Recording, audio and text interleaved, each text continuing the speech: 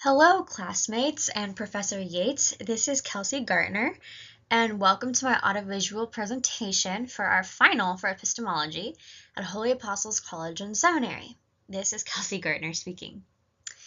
My project is titled Aristotle's Four Causes, a causal investigation of the world around us.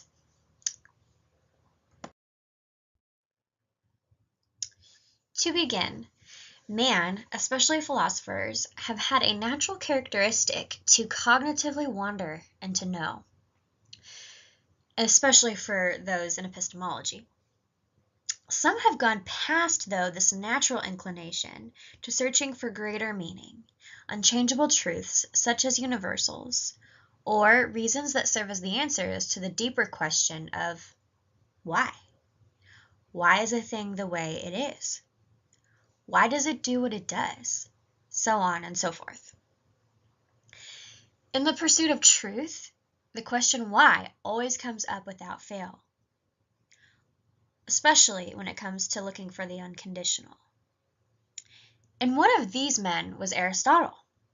He was so convicted of what are called the four causes he discovered and instituted fully that he believed every response to the question why could be found in one or all of these four causes.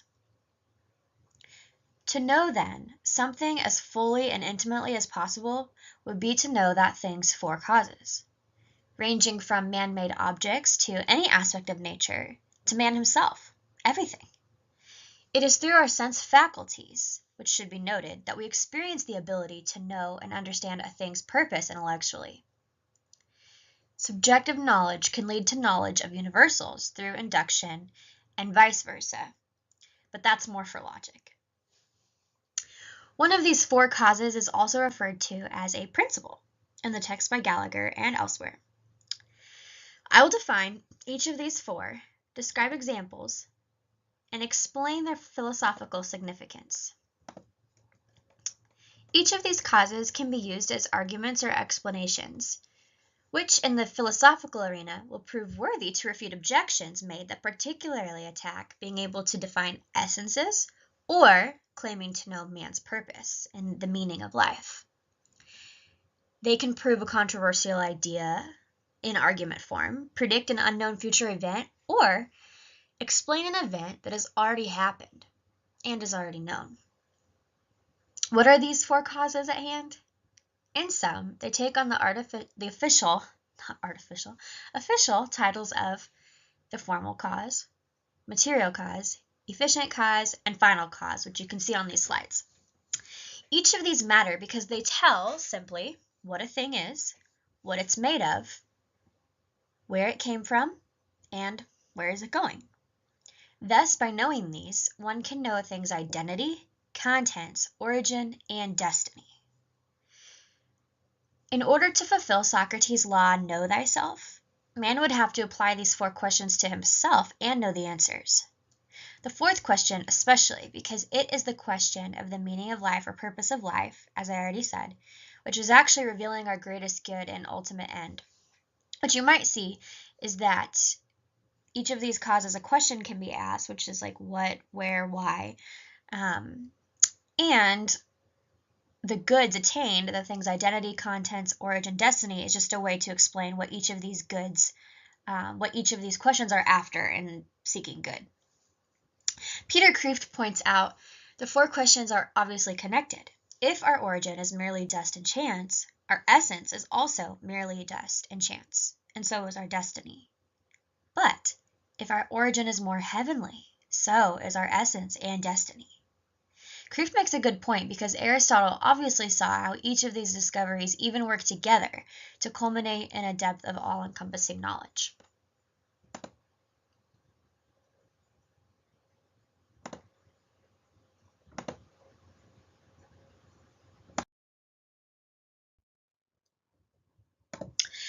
Now let's take a closer look at these simple and yet complex causes that Aristotle always taught and even critiqued others for improper teaching of. To begin, we see that two of the causes are extrinsic to the effect. These are the efficient and final cause. The other two are intrinsic to the effect, which are the formal and material cause. Now, the formal cause is the essence or essential nature of a thing, which is why we ask the question, what is it? I'll share some examples given out of a textbook that I own. Take an acorn. It is the seed of an oak tree, right? Well, an operation, what is that? Its formal cause is to be a surgical invention into a human body. There's no denying this. The formal cause of a river, then, is to be a large body of water flowing between two banks. An example I came up with is chalk. Its essential definition is to be a writing utensil for a chalkboard. The material cause of a thing is simply what it's made out of. Taking the same examples from before, an acorn, what is that made out of? Pulp and shell. The material cause of an operation is an incision and the repair of some body part, and the material cause of a river is, of course, water. The material cause of an ice cream sundae, for maybe a more fun example, is ice cream, chocolate sauce, bananas, and a cherry. And in some instances, maybe whipped cream as well. It's clear to see that this has to do with composition, all the way down to the contents and simplest raw material of a thing. Knowing something in the most raw way possible. If you think about it, as philosophers who wonder to know deeper would, everything is made out of something, even if that means its elements being referred to in order to describe it. Especially so. This particular cause satisfies a need in many to know what it is in their environmental surroundings. And this cause is spoken of and taught in schools without always using the words material cause, particularly maybe in science courses. Moving on to the two extrinsic causes. The efficient cause is the agent that makes, moves, or changes the effect. Thus, the efficient cause has some kind of power, to be noted.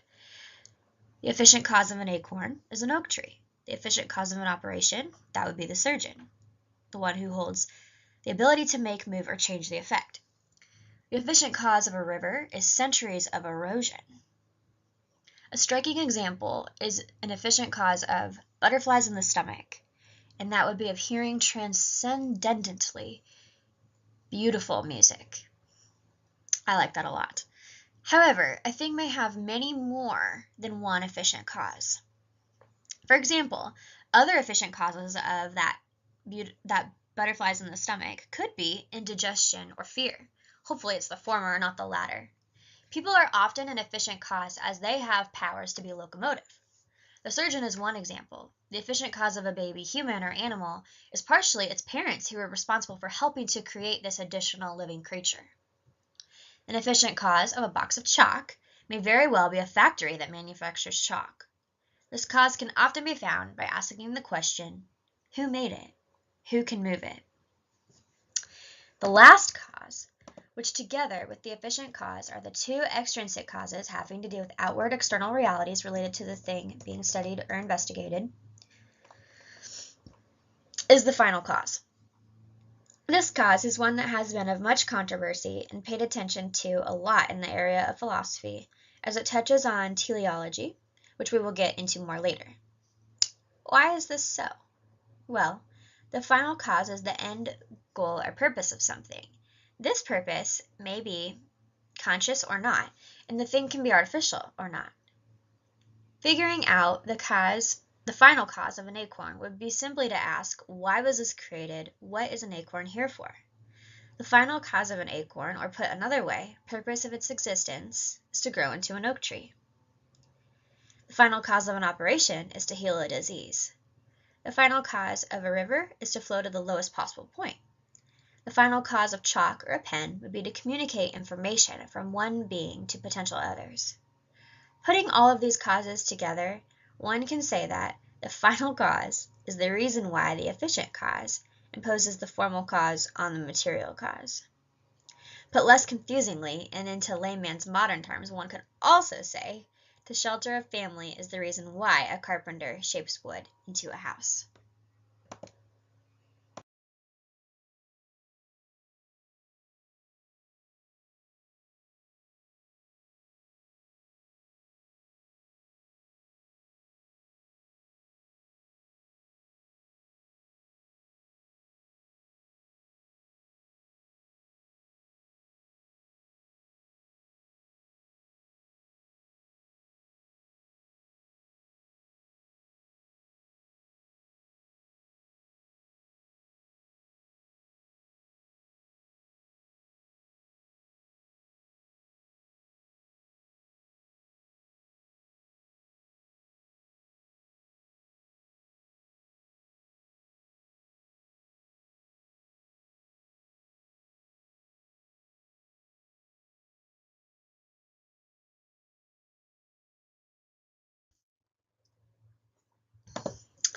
Now, modern philosophy tends to be very suspicious of final causes or teleology.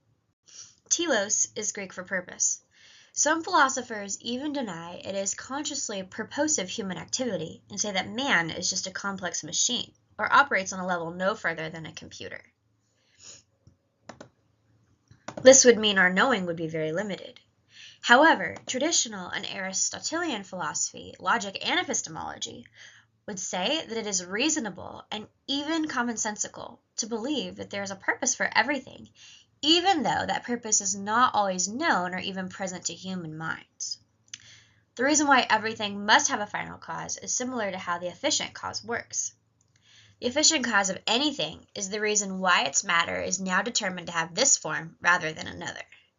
In other words, its form exists for its purpose. Something is created a certain way intentionally. Again, we see the connections between the four causes that deepen our knowledge of knowing the world that can be investigated around us. These four levels are quite telling. Similarly, the final cause is the reason why the efficient cause acts as it does, towards this determined end and not randomly. In fact, it seemed reasonable to believe in real teleology to almost all people in all times. All places and cultures have expressed belief in teleology or purpose, even for mindless things in nature. Why? Well, these things do move in regular and predictable ways, and a pattern or routine being repeated causes one to eventually ask why, yet again, and leads to further study and investigation. It's just what people do. The purpose of a tree? To produce oxygen, and some would say to increase experience of beauty. Another example is dogs having puppies, and then these puppies growing up to become dogs. Thus, reproduction and population occur. Here, a good flows from another good. In the pursuit of what is good, one can easily recognize how the four causes are always aimed at goods.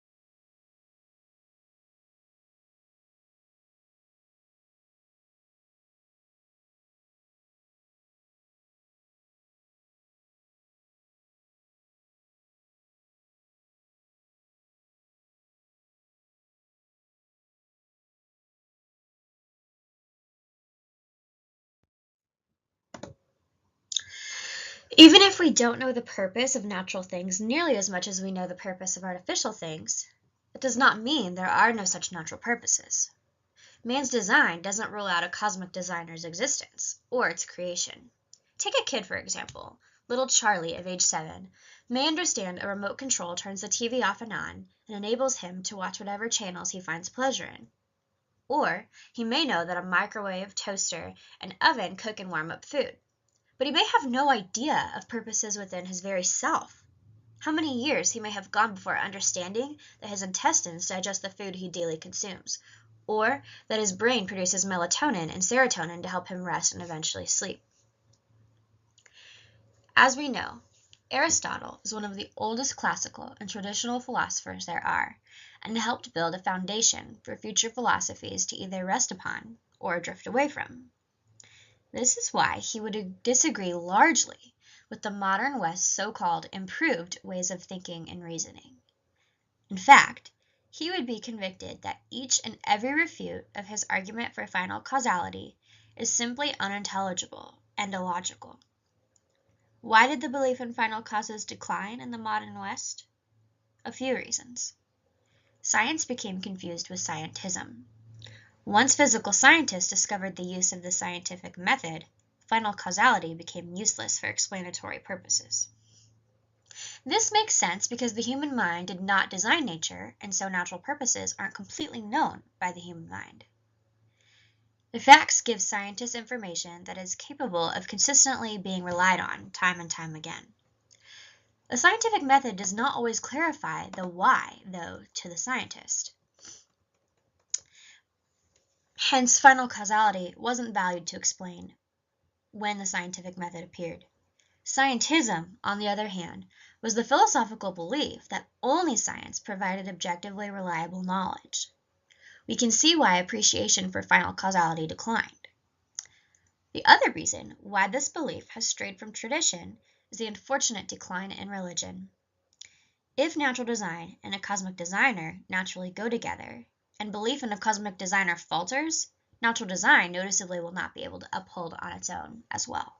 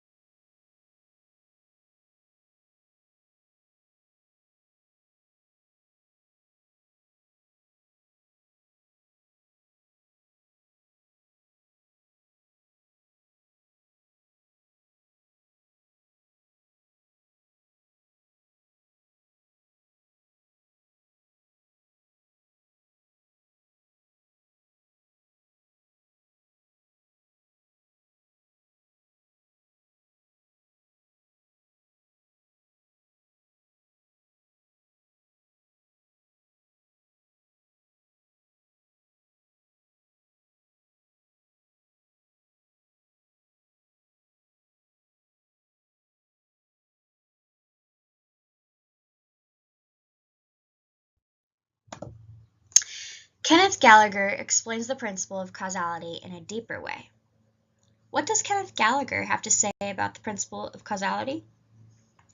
He says it can be looked upon as the clarification of the principle of sufficient reason. There are three principles in the area of contingent being. Along the same lines as we reviewed earlier, every contingent being requires an extrinsic sufficient reason for its existence. Since it is not its own sufficient reason, there must be one it refers itself to another as, to the ground of its own existence. What does this profoundly reveal to us? That the order of becoming and existence must be intelligible. What does this mean?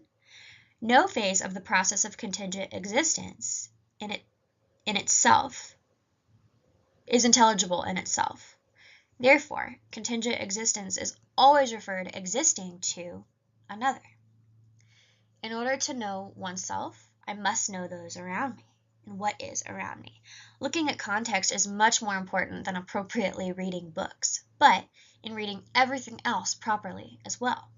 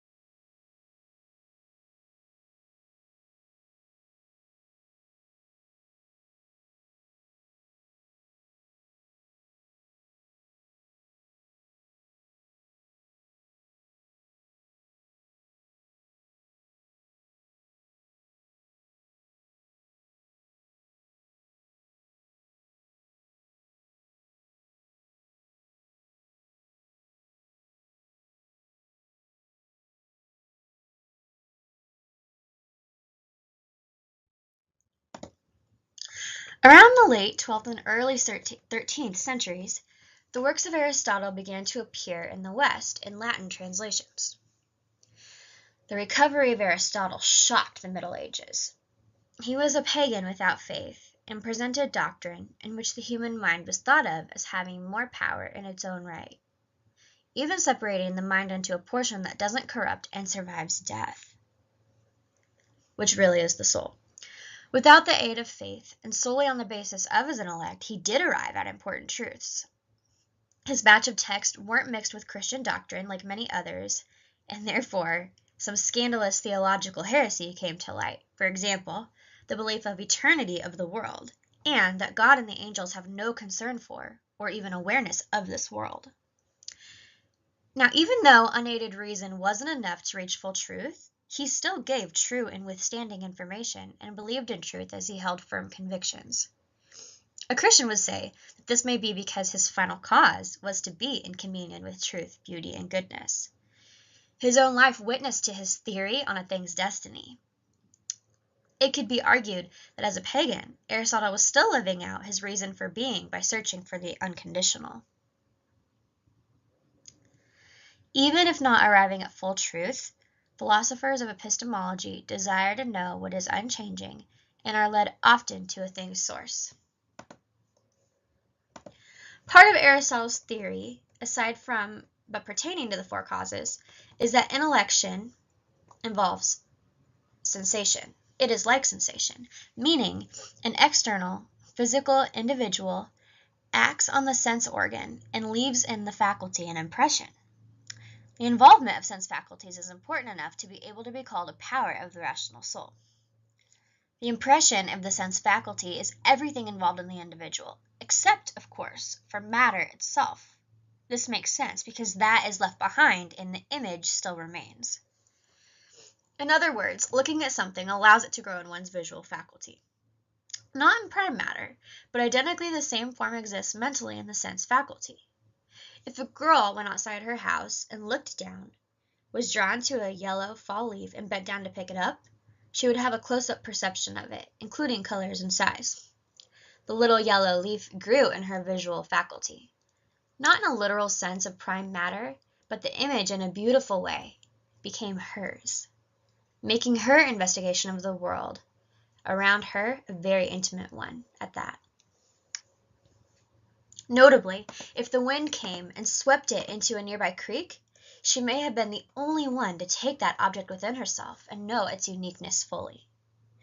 Now, if she wanted to ask why leaves exist, she had to have had some kind of knowledge or awareness of a leaf. And she did, and this came through her senses.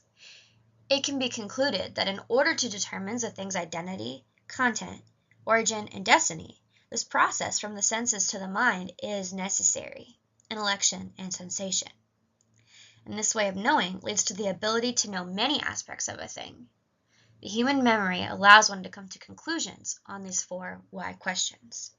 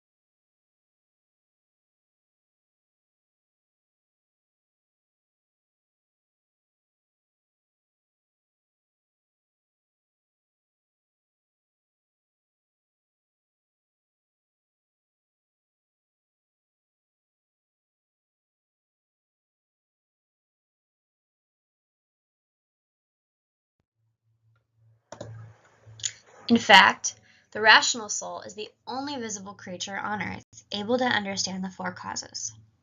It is somewhat understandable, then, why a pagan with no religion would be amazed at the power of the mind and elevate it to such a high level of functionality and prestige. If asking four simple questions, what is it? What is it made of? Where did it come from? Where is it going? Can lead to intimacy with everything in one's environment? The mind does seem to be a lasting power. Aristotle taught that whenever you have something reduced from potentiality to actuality, you need a cause. In the case of sensation, it's the external object acting on the sense organ.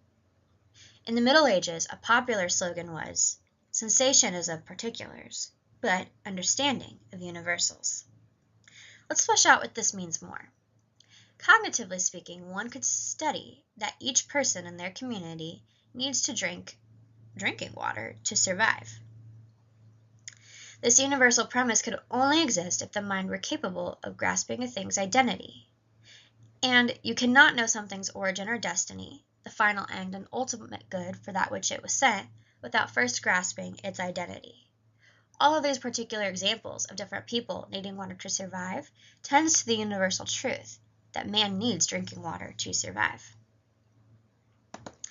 All of Aristotle's predecessors were engaged in an investigation that eventuated in one or more causes, but he claims his predecessors only touched upon them. He believed they didn't engage in their causal investigation of the world with a firm grasp of these four causes because their use of causality was not supported by an adequate theory of causality. This is why, according to our ancient philosopher, their investigations were not entirely successful, even though they resulted in important insights. He believed this doctrine to be an indispensable tool, providing a general account of them in his books. Here is his crucial condition on proper knowledge. We think we have knowledge of a thing only when we have grasped its cause.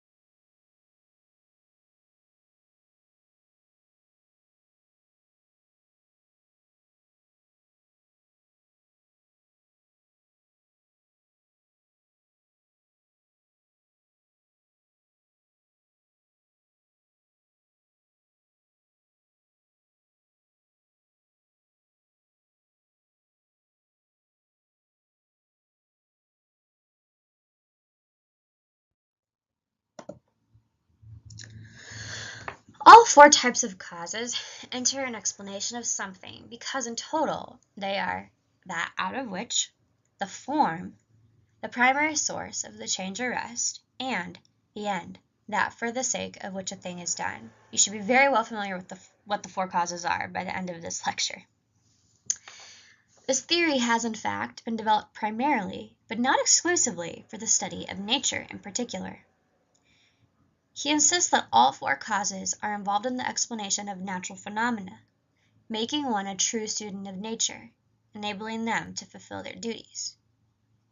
The science of nature is concerned with natural bodies insofar as they are subject to change, and this job of the student is to provide the explanation for their natural change. That would be the purpose and significance of these four causes existing in light of Aristotle's belief. which nature is what makes one wonder. The factors that are involved in the explanation of natural change are matter, form that which produces the change, and the end of this change. Aristotle does not say all factors are involved in explaining each and every instance, but that an adequate explanation of natural change may involve a reference to all of them. He specifies in his doctrine that the form and end often coincide, and they are formally the same as that which produces the change. It takes a man to generate a man is a frequent slogan credited to Aristotle.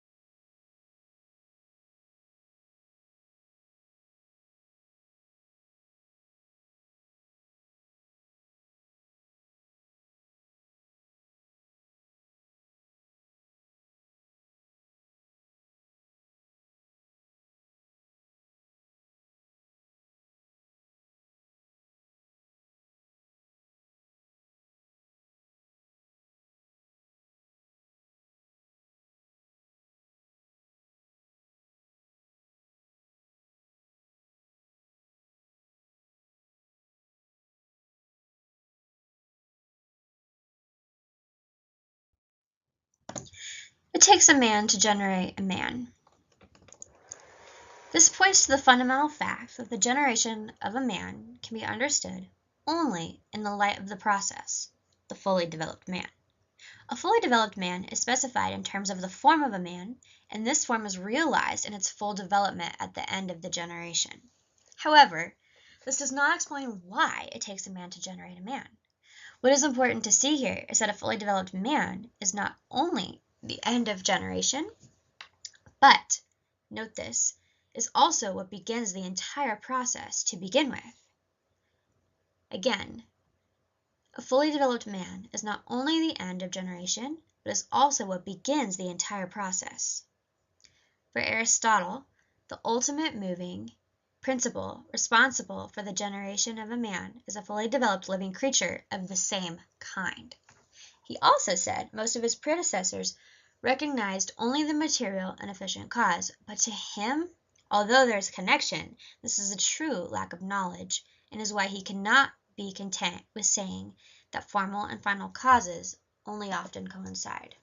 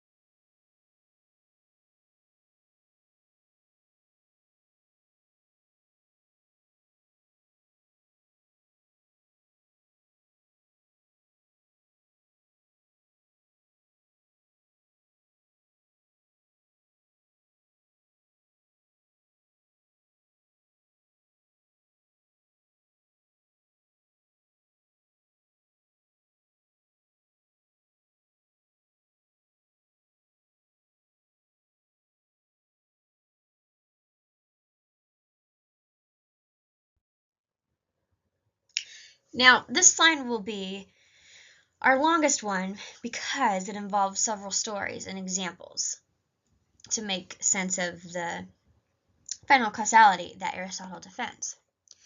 Aristotle had to defend final causality. He did not prove it, but he gave the best explanation possible for an aspect of knowing nature that would otherwise remain unexplained. Final causality gives a consoling and certain way of knowing because it points to the intentionality of design, and this will now be demonstrated. There are two examples I will touch on. First, rain. It rains because of the material processes of warm air being drawn up, cooled off, and turning to water. This water comes down as rain. The argument is, the crop and harvest may flourish or spoil because of the rain, but it doesn't rain for the sake of a good or bad result. That result is just a coincidence. But why then can't all natural change work the same way? Why could it not be a coincidence then that front teeth grow sharp and suitable for tearing food, and the molars grow broad and useful for grinding the food? When the teeth grow in just this way, we know the animal survives. However, when the teeth do not grow in this way, the animal unfortunately dies and perishes. The argument then would be that the way teeth grow is not for the sake of the animal, and its survival or death that occurs results as merely a coincidence. And this could be a modern atheistic way of thinking. Aristotle replies in a brilliant way that seems most logical and truly epistemological as it descends into a deeper realm of how one can infer and know. He expects this opponent to explain why the teeth regularly grow in the way they do, with sharp teeth being in the front and broad molars being in the back. Why is this pattern repeated so many times? Is there not an actual reason for the repetition, for the predictability? Even further, he expects the opponent to explain this regular connection between the needs of the animal and the formation of its teeth because the dental arrangement is suitable for biting and chewing food that the animal takes in. The point at hand is that there is a real causal connection here, or there is no real causal connection, and it just so happens the teeth grow well for the animal, a coincidence. But again, this does not explain the regularity of the connection. When there is regularity, there is also a call for an explanation, and coincidence is not an explanation at all. This is what Aristotle uses as an explanation for this regular connection: final causality. The conclusion thus goes as follows. The teeth grow in the way they do for biting and chewing food, and this is good for the animal. Because remember, final causality has to do with the good attained by a thing's purpose. What can be very much appreciated is that Aristotle's reply is that the final cause enters in the explanation of the formation of the parts of an organism, like an animal, as something that is good, either for the existence or for the flourishing of the animal. With existence, the good is a good for the animal because it actually is necessary for the animal's survival. But with flourishing, the good is a good for the animal because the animal is better off with it. When introducing the concept of telos, relevant to the study of natural processes, and truly knowing them with certainty, Aristotle insists on its goodness. He said in one of his physics writings, "Not everything that is last claims to be an end, but only that which is best." There are degrees of goodness being referenced here, thus, degrees of perfection, which may put one in awe of how a pagan found such truth. Philosophies that people use to prove the existence of God and support even theology. Aristotle acknowledges the explanatory relevance of the material processes, while at the same time emphasizes their dependency upon a specific end. Each of the causes, then, cannot be separated. Unity is critical.